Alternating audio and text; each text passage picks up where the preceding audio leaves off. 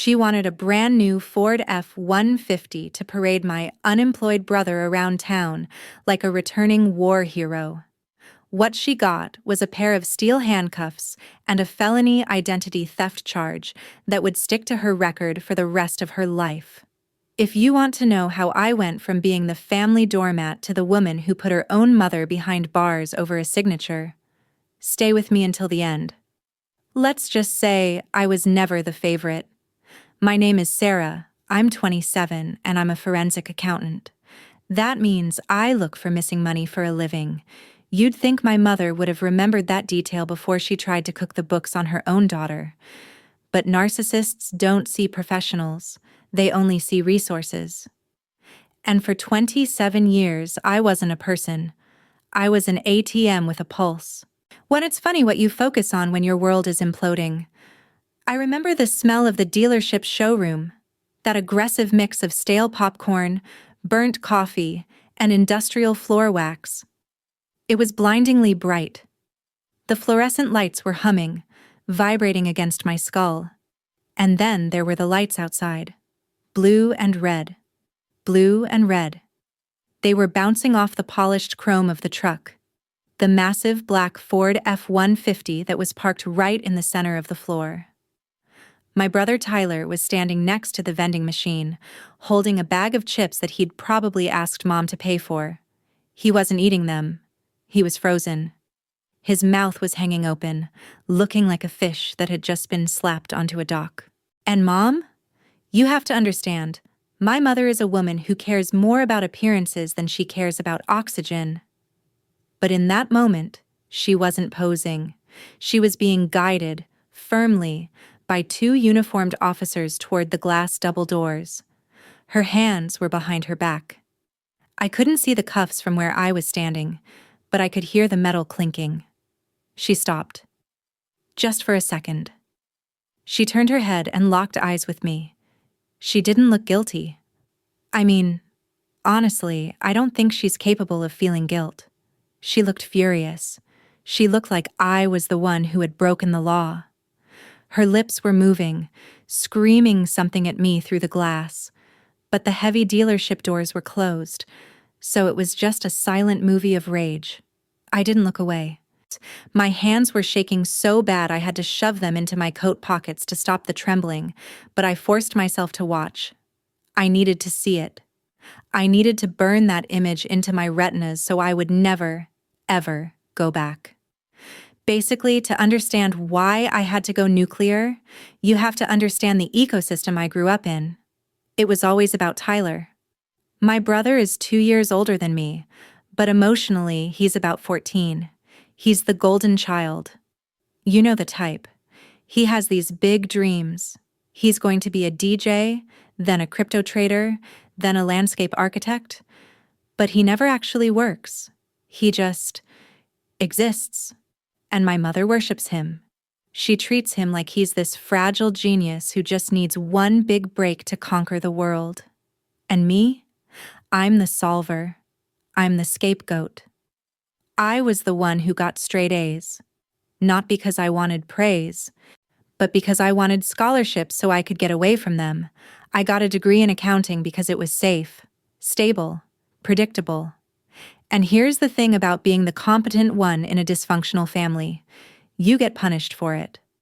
Since I was 16, my money was considered our money. It started small. I'd come home from my waitressing job, and $20 would be missing from my tip jar. When I'd ask Mom about it, she wouldn't even deny it. She'd just wave her hand dismissively and say that Tyler needed gas money for an interview. If I got angry, she'd flip the script. She'd give me this look, this disappointed, wounded look, and tell me I was being selfish. She'd say that family helps family, and that I should be grateful I was in a position to help. Basically, she trained me to believe that having boundaries was a sin. I remember this one time, about 3 years ago. I had just saved up my first $5,000 for a down payment on a decent car. My old Honda was dying. I kept the cash in a lockbox in my closet. Stupid, I know. But I didn't trust the joint bank account Mom had forced me to keep open for emergencies. I came home one Tuesday, and the lockbox was on my bed. Broken open. Empty. My stomach dropped so hard I thought I was going to throw up. I ran downstairs and there was Mom, sitting at the kitchen table, calmly drinking tea. She didn't even look up. And so, I asked her. I was shaking. I asked her where the money was. She took a sip of tea, set the cup down, and told me that Tyler had gotten into a little trouble with some parking tickets and a payday loan he forgot to mention. She said she used the money to clear his debt so he wouldn't go to jail. I mean, I lost it. I screamed. I cried. I told her that was my car. And you know what she did? She sighed. She looked at me with this pitying expression and told me that I could always make more money. But Tyler didn't have my gifts. She said I was strong enough to handle the loss, but he wasn't. She made me feel like the villain for wanting to keep the money I had earned. Have you ever realized that the person who is supposed to protect you is actually the one holding the door open for the wolf? Honestly, part of me wanted to hate her back then. But the pathetic truth is, I just wanted her to love me like she loved him.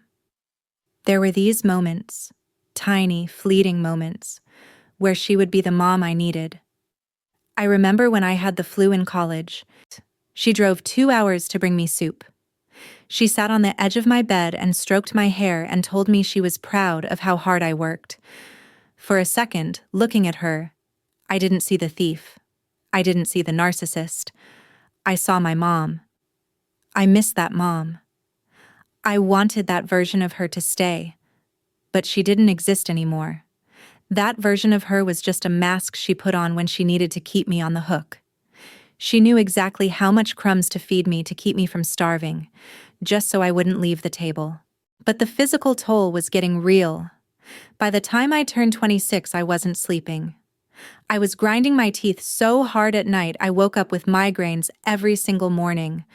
My hair was thinning in the shower. I was constantly nauseous.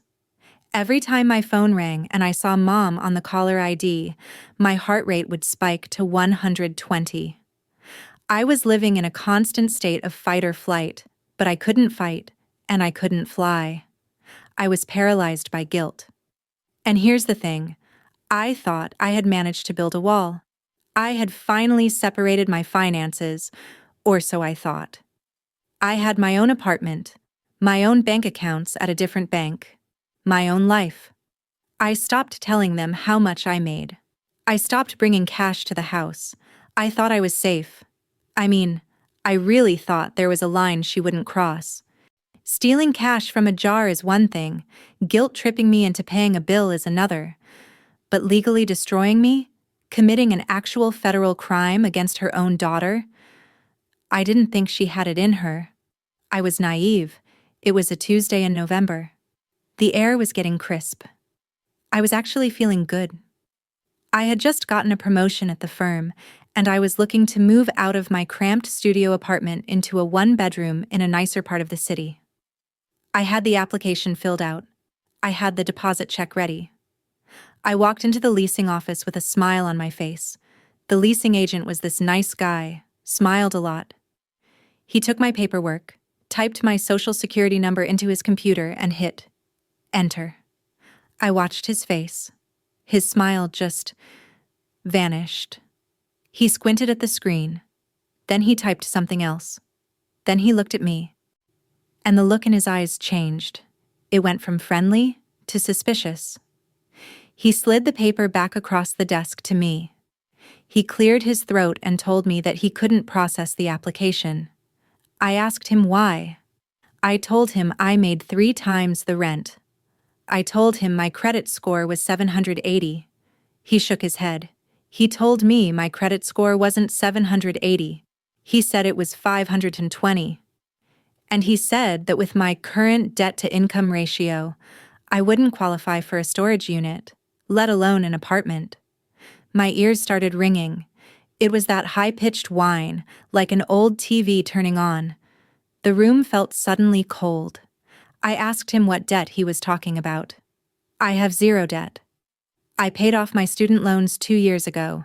He turned the monitor around so I could see it. And there it was. There was one line on the screen that glowed brighter than the rest. It said, Auto Loan. Lender, Fifth Third Bank.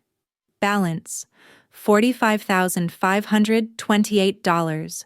Status, current. Opened, October 14th. I stared at it. I stared at it until the pixels started to blur. My brain refused to process the numbers. It was like looking at a math problem where 2 plus 2 equals fish. I asked the leasing agent if there was a mistake. I heard my own voice, and it sounded thin, reedy, like I was speaking from underwater. He just turned the monitor back around and shrugged. He said credit reports don't make mistakes like that. He said that amount of debt, combined with a recent hard inquiry, made me a high-risk applicant. He handed me my rejection letter. It was warm from the printer. I walked out of that leasing office and sat in my car. It was raining. I remember watching the water distort the world through the windshield, turning the parking lot into this gray, melting mess. I didn't start the engine. I just sat there, breathing in the smell of wet wool and old receipts, trying to make my heart stop hammering against my ribs. Basically, I knew exactly what had happened. I didn't want to know, but I knew.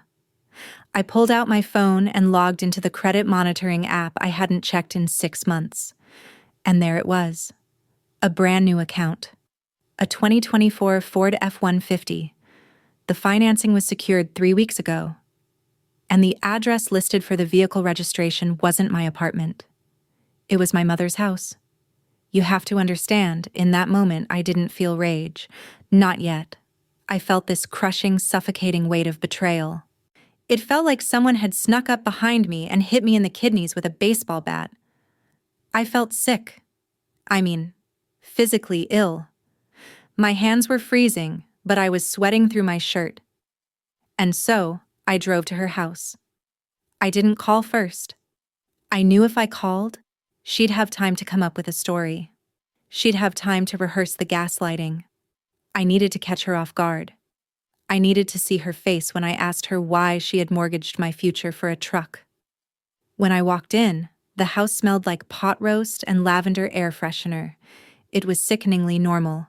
Tyler was on the couch, playing video games with a headset on, screaming at some 12-year-old in a lobby. Mom was in the kitchen, chopping carrots. She looked up when I walked in, and she smiled. She actually smiled. She asked me if I wanted to stay for dinner. I stood in the doorway, clutching my phone like it was a weapon. I held up the screen. I showed her the credit report.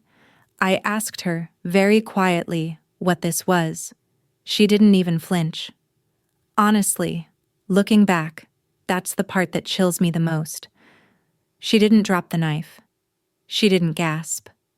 She just glanced at the phone, then went back to chopping carrots. She told me to stop hovering and sit down. She said it was just a formality. A formality. $45,000 is a formality? And here's the thing.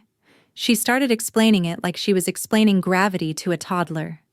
She said Tyler had finally found his calling. He was going to start a high-end hauling and landscaping business. She said he needed a truck that looked professional because image is everything. She told me that since my credit was so good, and since I wasn't really using it for anything major, she decided to leverage it to help the family. I stood there, blinking. I asked her how she signed the papers. I asked her how she got the loan without me being there. She waved the knife in the air dismissively. She said she knew my social security number by heart. Of course she did. She's my mother. And she just practiced my signature a few times until it looked right. She said the finance guy at the dealership was a friend of a friend, and he didn't look too closely. Then she looked at me with this beatific, martyr-like expression and told me I should be proud. She said I was finally contributing to Tyler's success. She said that when his business took off in a few months, he would refinance the truck into his own name, and my credit would go back to normal. She basically told me that I was being an investor, even though I never agreed to invest. I felt the room spinning. I asked her about the apartment. I told her I just got rejected. I told her I was stuck in my studio because of this. And that's when the mask slipped. Just a little. She stopped chopping. She set the knife down.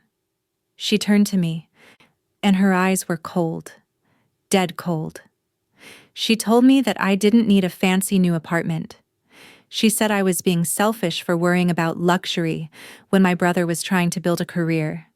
She told me to stop being so dramatic, that it was just a loan, and that family sacrifices for family. Have you ever looked at a parent and realized they were just a stranger who knew your birthday? Because that's what I saw. I didn't see my mother. I saw a parasite. I saw a woman who would harvest my organs if Tyler needed a kidney, without even asking me first. I looked over at the living room. Tyler had taken his headset off. He was watching us. He wasn't scared. He was smirking. He took a bite of an apple and just watched, like we were reality TV. He knew he was untouchable. He knew she would burn me to keep him warm. I tried one last time, and the reluctant executioner in me wanted to give them an out. I wanted them to fix it. I asked her, point blank, to return the truck. I said, "Mom, take it back tomorrow. Tell them there was a mistake. If you don't, I can't rent a place to live." She laughed. It was a sharp, barking sound. She told me that was impossible. She said the truck had already been driven off the lot, so it was a used car now and they'd lose money if they returned it. She said, "Don't you dare ruin this for your brother. You make good money. If the payments are a little late, you can cover them until he gets on his feet. Don't be a brat." That was the sentence. Don't be a brat. Something inside me snapped. It wasn't a loud snap. It was quiet. It was the sound of a bridge collapsing into the ocean. The migraine that had been pounding behind my eyes for years just stopped. The nausea vanished. The fear evaporated.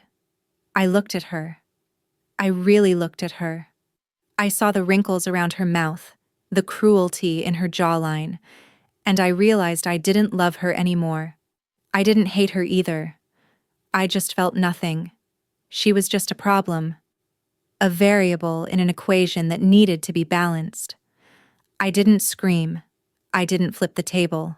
I just nodded. I said, "Okay, I understand." She smiled again, triumphant. She thought she had won. She thought she had bullied me back into submission, just like she had for 27 years. She told me to wash up for dinner. I told her I wasn't hungry.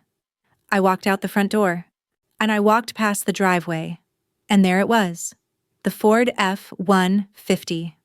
It was huge, black, shiny. It had a "Future Business Owner" sticker already slapped on the bumper. It looked like a monster. I got into my Honda.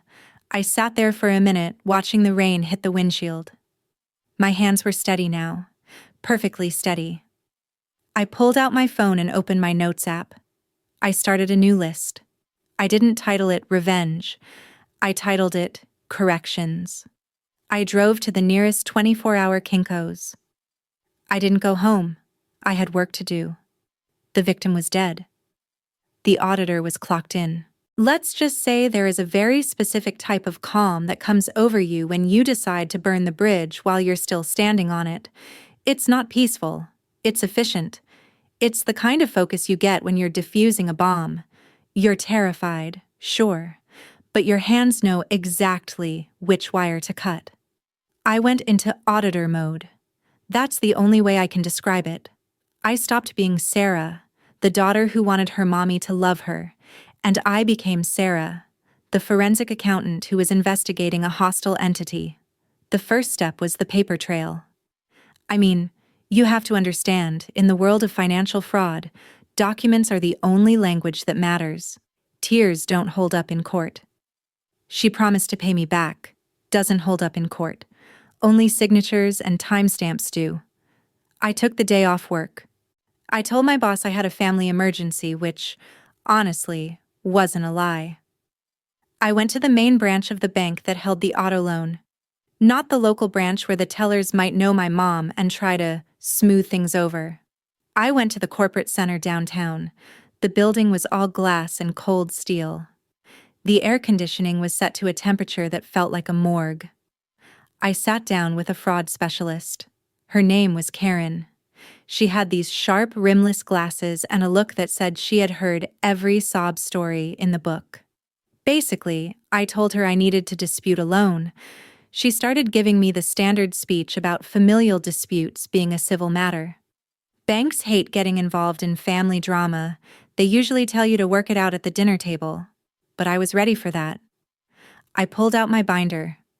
I had printed out my lease rejection letter, my credit report, and a timeline of my whereabouts on the day the loan was signed. I slid the timeline across the desk. I pointed to the date. October 14th. I told her, very calmly, that on October 14th, I was at a corporate retreat in Chicago. I showed her the flight manifesto. I showed her the hotel receipt. I showed her the time-stamped photos of me standing in front of the bean. I said, I was 500 miles away when this car was bought. Unless I learned how to teleport, I didn't sign that paper. Karen stopped typing. She looked at the receipts. She looked at me, and for the first time, she looked interested. She swiveled her monitor and pulled up the scanned image of the original loan application from the dealership. She printed it out and slid it toward me. Have you ever seen your own name written by someone else's hand and felt like you were looking at a ghost? It was surreal. I looked at the signature block. It said, Sarah, last name. But the loops were wrong. The S was too curvy. The slant was backwards. It looked like a child's drawing of my name. It was my mother's handwriting trying to disguise itself as mine, and failing. It was insulting. I mean, she didn't even try hard. She just assumed I would never see it. I felt that ringing in my ears again, the one that drowned out the hum of the office. My fingertips went numb against the paper. I asked Karen if I could have a copy. She stamped it void and handed it to me. But that wasn't enough. In my line of work, we call that circumstantial.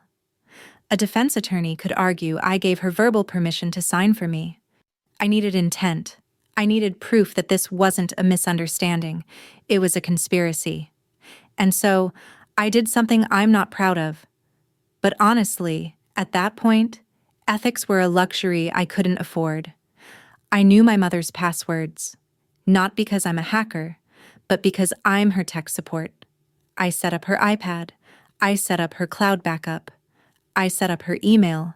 She uses the same password for everything. The name of her first dog, and the year she was born. I went to a coffee shop around the corner, bought a black coffee I didn't drink, and logged into her cloud account from my laptop. I felt sick doing it. My heart was thumping against my ribs like a trapped bird. I felt like I was violating her privacy. But then I remembered the "don't be a brat" comment, and the nausea passed. I went to the text message archives. I searched for Tyler. There were hundreds of messages, mostly her babying him, asking if he ate. Venmo confirmations for $20 here, $50 there. And then I found it. The smoking gun. It was dated October 13th, the day before the purchase. Tyler had texted her a picture of the truck. Text. This is the one. It's perfect. But the guy says my credit is trash. We need a cosigner. My mother's reply. Text. I can't cosign. I'm maxed out on the house cards. Tyler's reply. Text. What about Sarah? Her credit is pristine. She never uses it. My mother's reply. Text. She'll say no. You know how stingy she is. She's saving for that stupid apartment. And then, the message that sealed their fate. The message that I took a screenshot of, printed out, and saved to 3 different hard drives. Tyler wrote, "Just use her info, you know the SSN. If she finds out later, we'll just guilt trip her. She's soft. She'll pay it to avoid a scene. She always does." And my mother replied with a single thumbs up emoji, "She's soft." I sat there in that coffee shop staring at the screen, when the smell of roasted beans and burnt milk was making me gag. She's soft. That was their strategy. That was their entire business model. They were banking on my love for them. They were monetizing my empathy. They knew I would be hurt. They knew I would be angry. But they calculated, coldly, that I was too weak to do anything about it. They bet $45,000 on my cowardice. I didn't cry. I wanted to, but the tears wouldn't come. Instead, my skin went cold. Ice cold. It started at my hands and spread up my arms until I was shivering in the warm cafe. I closed the laptop. I took a deep breath. They were right. The old Sarah was soft. The old Sarah would have paid it to avoid a scene. But the old Sarah died the moment she read that text. I picked up my phone. I didn't call Mom. I didn't call Tyler. I called the non-emergency line for the police department. I told the dispatcher I wanted to file a report. She asked me what kind of report. I said, "Identity theft and grand larceny. I know who the suspect is." She asked if I was in immediate danger. I looked at the thumbs up emoji on the screenshot one last time. "No," I said. "But they are." And so, the shift happened. You know that moment in a nature documentary where the gazelle stops running, turns around, and lowers its horns? That was me. The fear was gone. It was replaced by this cold, humming efficiency. I wasn't a daughter anymore. I was a project manager, and the project was justice. I walked into the precinct not as a victim, but as a consultant. I asked to speak to the fraud division. They sent me to a desk in the back, behind a row of filing cabinets that smelled like dust and stale tobacco. The detective was a guy named Miller. He looked tired. He had coffee stains on his tie and the look of a man who spent his day dealing with people screaming at him. I think he expected me to be another hysterical family member trying to file a report because my cousin stole my Xbox. He started the standard civil dispute speech before he even sat down.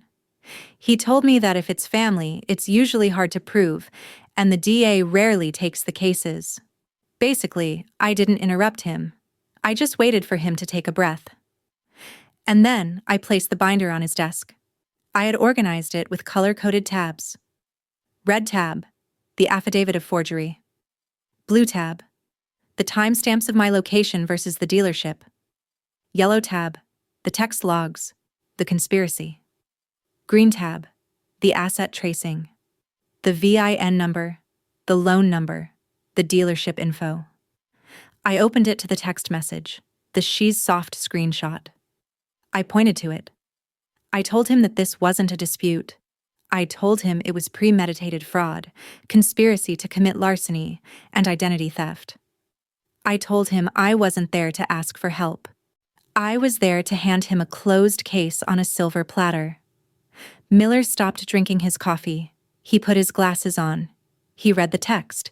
He flipped through the tabs. He looked at the forged signature, then at my real one on the affidavit. He looked up at me, and the exhaustion in his eyes was gone. He actually smiled. He told me he wished every complainant came in with their own discovery file. He said, "This is solid. We can move on this." But then came the logistics. He said they needed to locate the vehicle to repossess it, and they needed to serve the warrant. He asked if I knew where the truck was. And here's the thing about narcissists. They are predictable. They love free stuff. I told Miller that he didn't need to go knocking on her door and risk a scene where she claims she forgot or hides the keys. And I told him I could deliver the truck, the driver, and the accomplice to a neutral location. I knew that the dealership offered a new owner welcome package, a free detail and tank of gas within the first month. I knew Mom hadn't used it yet because she hoards coupons like they're gold bars. I told Miller to have a unit ready at the dealership the next day at 2 p.m. He asked me how I was so sure they'd be there. I told him, because I'm going to make the appointment for them. I left the station and sat in my car. My hands were steady. I picked up my phone and typed a text to Mom. This was the hardest part, not the police, but the acting. I had to sound like the soft Sarah one last time. I had to sound like the doormat they were banking on. I wrote, "I've been thinking about what you said. Maybe I overreacted. I don't want to fight. Let's talk about it this weekend." I watched the 3 little dots appear instantly. She was probably gloating to Tyler right that second. "See? I told you she'd fold." She replied, "I knew you'd come around. We just want what's best for everyone." I waited 2 minutes. Then I sent the bait. "Also, I got an email from the dealer. Your free detailing and gas fill-up expires tomorrow. I booked you a slot at 2 p.m. so you don't lose it. You should take Tyler and show off the truck." Her reply came back in seconds. "Oh, good catch. We'll be there. Thanks, honey." "Thanks, honey." The nausea flared up for a second, but I pushed it down. I drove home. That night, my apartment was dead silent. Usually, the silence made me lonely. I'd fill it with podcasts or TV just to hear voices. But tonight, I sat in the dark on my floor, eating a sandwich, just listening to the hum of the refrigerator. It felt like the night before a surgery. You know it's going to hurt. You know there's going to be blood. But you also know that the tumor has to come out, or you're going to die. I looked at the clock. 10 p.m. In 16 hours, I would be an orphan. Technically, I'd still have parents, but the relationship would be dead. I would be the girl who sent her mother to jail.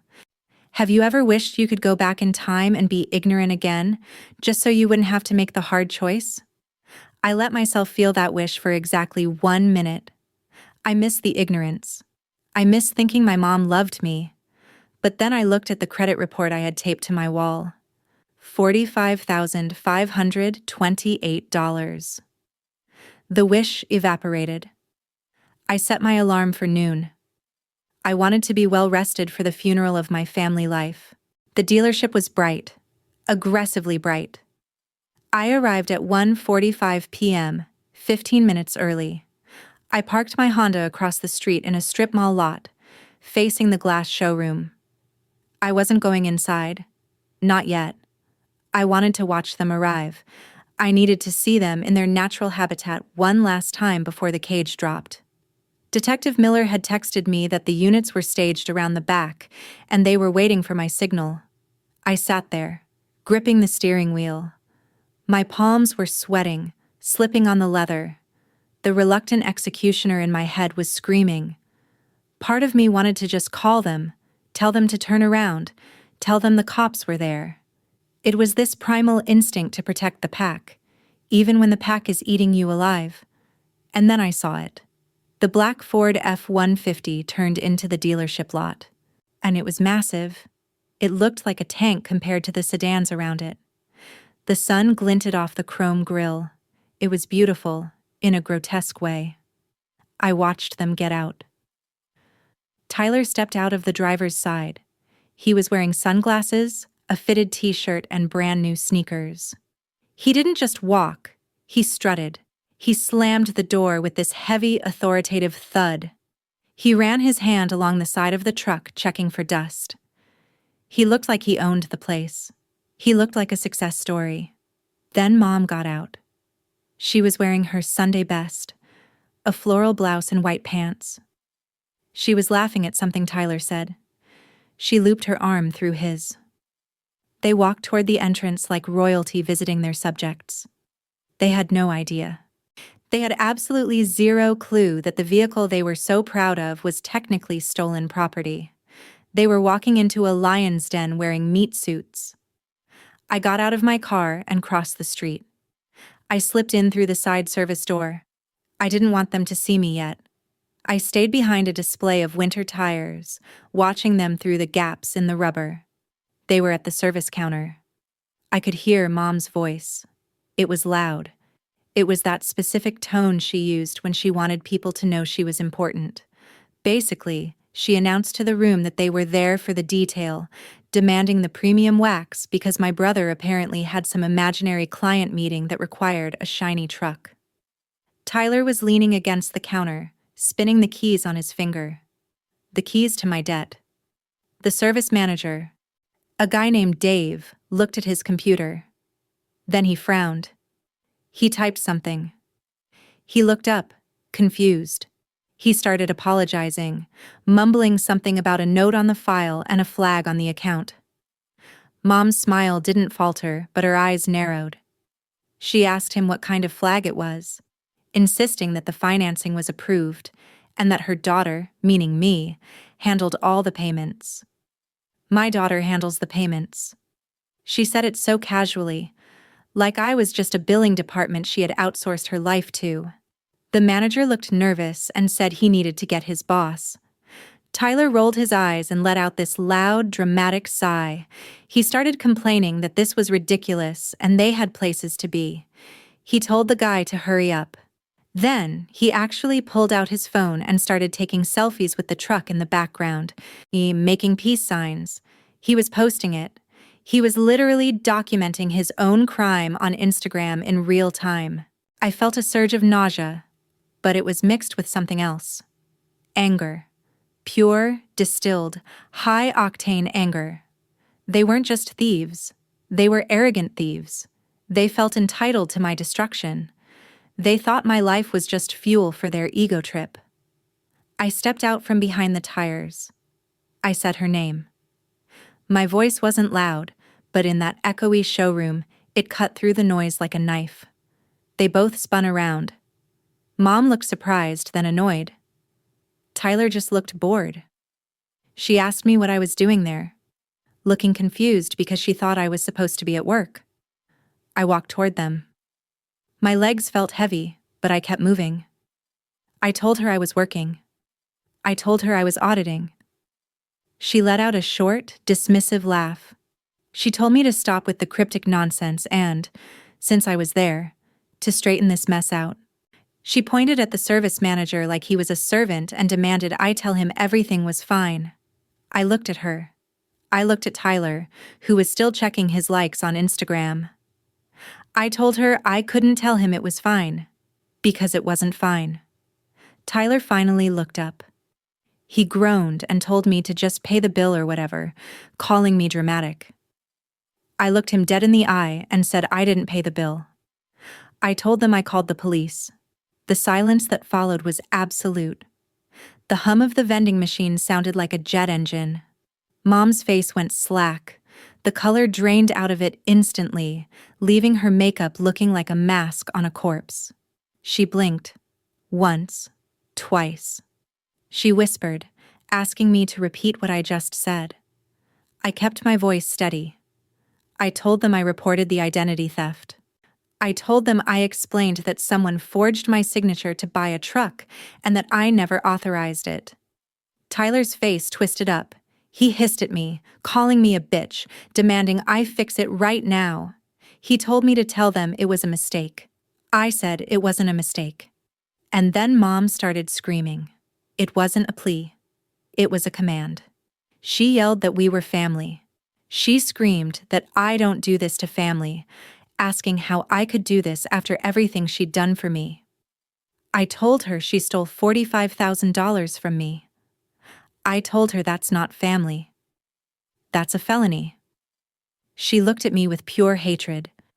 She screamed that she gave me life and that I owed her. I told her I didn't owe her my future, and that's when the glass doors opened. You have to understand, the sound of a dealership going quiet is a very specific kind of silence. It's not peaceful. It's the sound of commerce dying. 1 second, there's the buzz of phones, the clatter of keyboards, the low hum of negotiation. The next, it's just the air conditioner blowing cold air over a room full of people holding their breath. When Detective Miller walked through those double glass doors, he didn't look like a hero.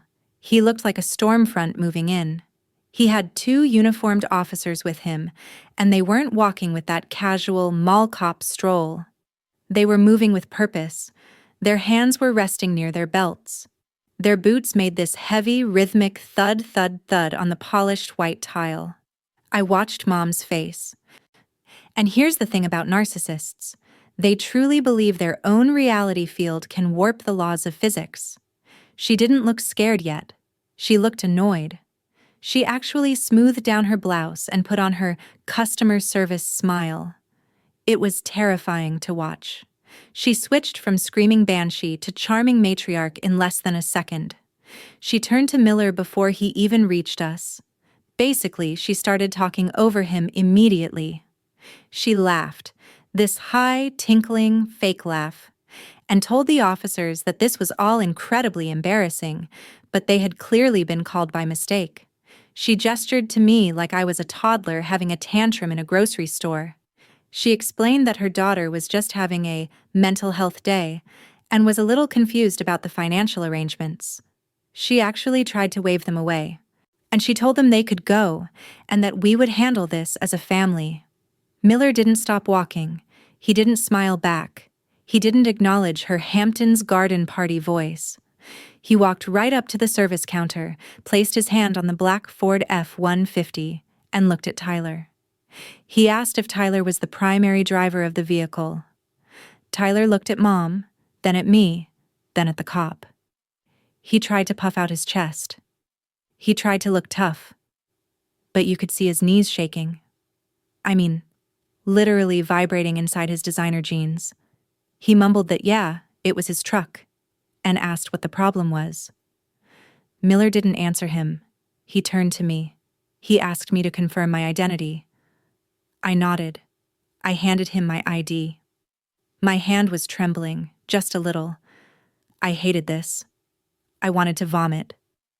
But I forced myself to make eye contact. Miller looked at the ID, then looked at the clipboard he was holding. He turned back to Mom. And so, he basically drops the hammer. He tells her, very calmly, that he has a sworn affidavit of forgery and identity theft. He tells her that the signature on the loan documents has been flagged as fraudulent by the bank's fraud department. He tells her that they have digital correspondence, the text messages, outlining a conspiracy to defraud the victim. Mom's smile flickered. It didn't break, but it flickered. She looked like a computer program trying to process a command it didn't understand. She started backpedaling.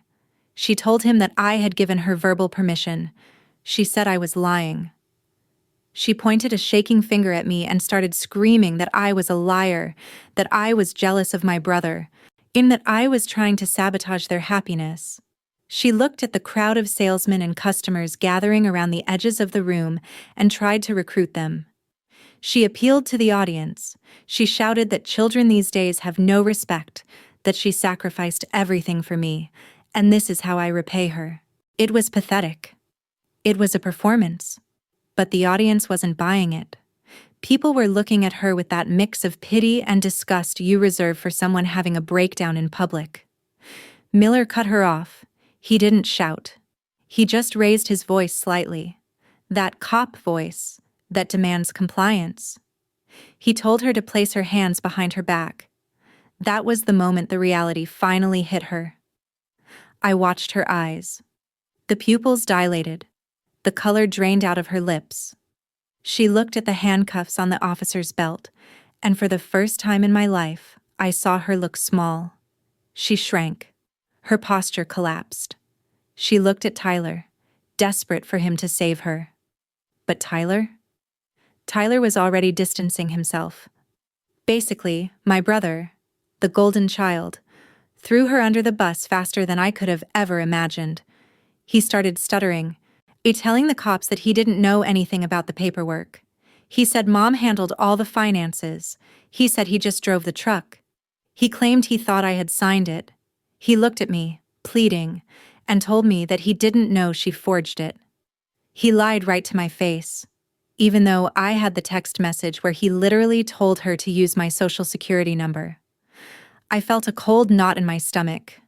It wasn't satisfaction. It was just clarity. They would eat each other to survive. There was no loyalty. There was no love. There was just survival. The officers moved in. It wasn't like the movies. It was clumsy and loud. Mom tried to pull away. She started thrashing. She screamed that they were hurting her arm. She screamed that she was a respectable woman. I heard the click-click of the cuffs. It was such a mechanical final sound. Metal on metal. Tyler started crying. Not a silent, stoic cry. He was sobbing. He was asking if he could keep the truck. He actually asked the cop, while his mother was being arrested, if he could still drive the truck home because he had a date later. The service manager, Dave, stepped in then. He looked angry. He told the officer that the dealership was repossessing the vehicle immediately as evidence of fraud. He reached over and took the keys out of Tyler's hand. Tyler looked at his empty hand like it had been chopped off. Mom was being walked toward the door. Her hair was messy now. Her face was red and blotchy. She dug her heels into the white tile, making the officers drag her a few steps. She saw me. She stopped struggling. She just hung there, supported by the officers. She looked at me with this expression of pure, unadulterated venom. It was the look of a woman who realizes she has lost control of her puppet. She started screaming at me. She didn't use words at first, just this guttural noise of rage. And then, the words came. She screamed that I was dead to her. She screamed that I was ungrateful. She screamed that I had ruined the family. She shouted that I would never be happy, that no one would ever love me because I was a cold-hearted snake. I stood there. My hands were in my pockets, gripping my keys so hard they were cutting into my palm. I felt tears pricking my eyes, but I didn't let them fall. I couldn't let them see me cry. Not now. I thought about the reluctant executioner. I thought about the mom who brought me soup. I thought about the little girl who just wanted to be good enough. I mourned them both in that second. I mentally buried them right there on the showroom floor. She passed by me, the officers gripping her elbows. She hissed at me. She demanded to know why I was doing this. She asked me what I possibly thought I would gain from destroying my own mother. I looked at her. I looked at the handcuffs. I looked at the $45,000 truck that was no longer my problem. I took a breath. The air smelled like floor wax and justice. You said the truck was in my name, I said. I'm just returning it. She gasped. It was a sharp intake of air, like she had been slapped. Her mouth opened to say something else, but the officers pushed the doors open, and the humidity of the afternoon swallowed her up. I watched through the glass. They put her in the back of the cruiser. She bumped her head on the doorframe because she wasn't paying attention. I watched Tyler trying to argue with the other officer, waving his hands, until they told him to back off, or he'd be joining her. I watched him standing there on the curb, without a truck, without a mom to fix it, looking at his phone like it could teleport him away. I turned around. The dealership was staring at me. The salesman, the customers, the receptionist, they were all looking at me. I didn't say anything. I just nodded at Detective Miller, who gave me a small, grim salute. I walked out the side door. I got into my paid-off, dented Honda Civic. I started the engine. It rattled, like it always does. I drove away. I didn't look in the rearview mirror. Let's just say that the movies get it wrong. In the movies, the police car drives away, the credits roll, and everyone assumes the hero goes home to pop a bottle of champagne. But in real life, when you detonate a nuclear bomb in the middle of your family tree, the fallout lasts a lot longer than the explosion. The next 6 months weren't exciting. They were a grind. They were a slow, suffocating parade of paperwork, depositions, and uncomfortable silences. I didn't drop the charges. I mean, Mom really thought I would. Even after the handcuffs, even after the booking photo, which, by the way, was absolutely devoid of her usual glamour. She was convinced I was just making a point. She called me from the county jail holding cell. I didn't answer. She left a voicemail.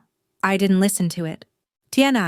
I just forwarded it to Detective Miller and let the legal system handle the translation. Basically, the legal process stripped her of the one thing she valued more than money: her dignity. We had to go to a preliminary hearing. I had to sit there, 3 rows behind her, and watch the prosecutor read out the evidence. I watched the court reporter typing, her fingers moving like little hammers, permanently recording the fact that my mother was a thief. Mom's lawyer was this cheap strip mall attorney she had hired because he was the only one who would take a payment plan. He tried to argue that it was a misunderstanding within a domestic unit. He tried to paint me as the vindictive daughter. But the judge wasn't having it. And here's the thing about the legal system. It doesn't care about your sob story. It cares about the statutes. And the judge looked at the forged signature. He looked at the text messages. And he basically told her that treating her child like a financial instrument was not a parenting style. It was a crime. She ended up taking a plea deal to avoid a jury trial. She pleaded guilty to 1 count of felony identity theft. The sentence wasn't life in prison. This is white-collar crime after all. But it was enough to ruin her. She got 3 years of probation, 500 hours of community service, and a restitution order to pay back the bank for the depreciation of the truck. But the real kicker? The felony conviction meant she lost her real estate license, her career, her social standing, her image. It was all gone.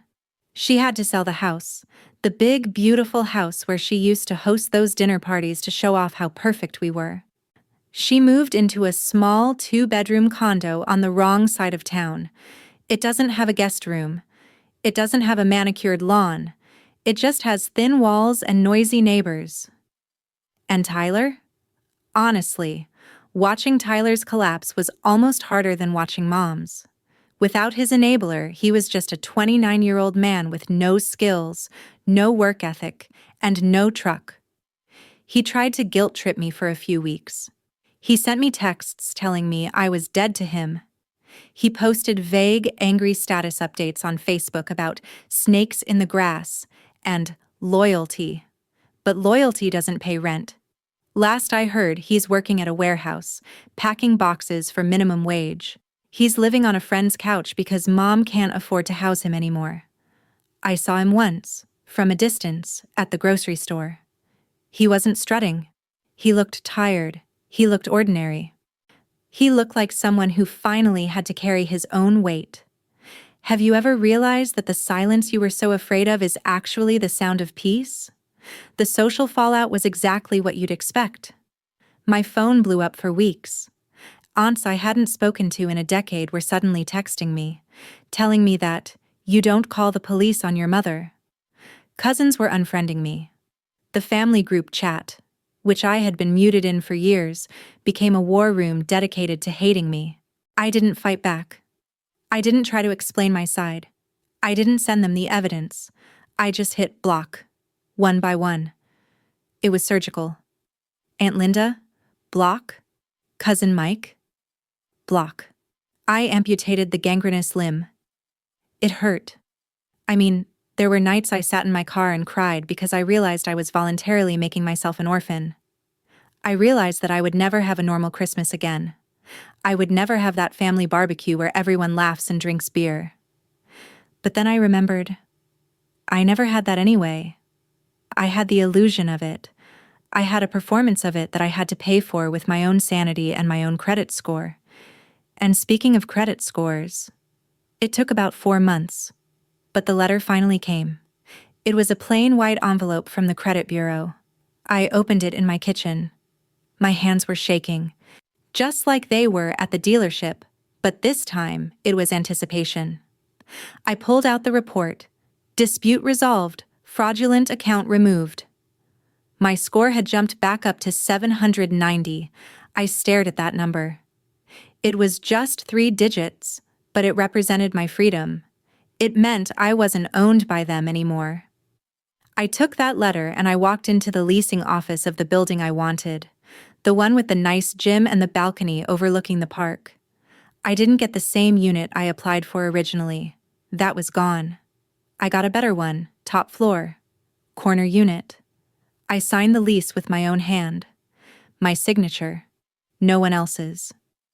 I moved in last week. My apartment is quiet. It's very minimalist. I bought a gray sofa that Mom would have hated. I have a coffee table made of reclaimed wood that Tyler would have called cheap. There are no pictures of my family on the walls.